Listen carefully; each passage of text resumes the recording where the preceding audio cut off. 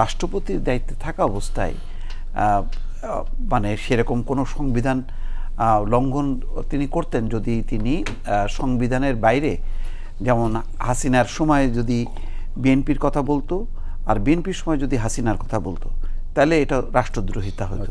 সেক্ষেত্রে অভিশংস নানা তার বিরুদ্ধে স্টেপ নেওয়া সেটা যেত। কিন্তু আমরা দেখলাম যে উনি হাসিনার সময় হাসিনার কথা বলেছেন, বিএনপির সময় বিএনপির কথা বলেছেন। অর্থাৎ সাংবিধানিক প্রতিষ্ঠানে এখন রাষ্ট্রপতিকে যেই ক্ষমতা দেওয়া হয়েছে তাতে শুধুমাত্র তিনি সরকারের লিখে দেওয়া স্পিচটা পড়বেন বা তিনি কোনো ফাইলে স্বাক্ষর করবেন।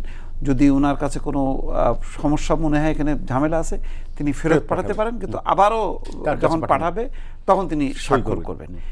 এছাড়া তো এই অবস্থায় তো অন্তত এই পদে থাকা অবস্থায় ওনার বিরুদ্ধে পদের কোনো ধারা লঙ্ঘন করেছেন, ধারা উপধারা লঙ্ঘন করেছেন এমন কিন্তু অভিযোগ নেই।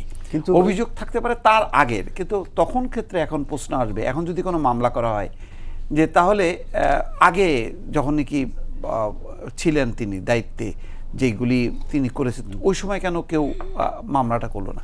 অবশ্য তখন বলা যায় যে সে হাসিনা রেজিমের যেহেতু পার্ট ছিলেন, সুতরাং সেই সুযোগ ছিল না যে কেউ দুদক তদন্ত করবে অথবা কোনো নাগরিক তার বিরুদ্ধে মামলা করবে। তো এখন যেহেতু উনি প্রাইভেট সিটিজেন, এখন মানে রাষ্ট্রপতির দায়িত্বের আগের কোনো বিষয়বস্তু যদি থাকে, তার আয় ব্যয়, তার এটা হতে পারে, এটা কোনো সমস্যা নেই।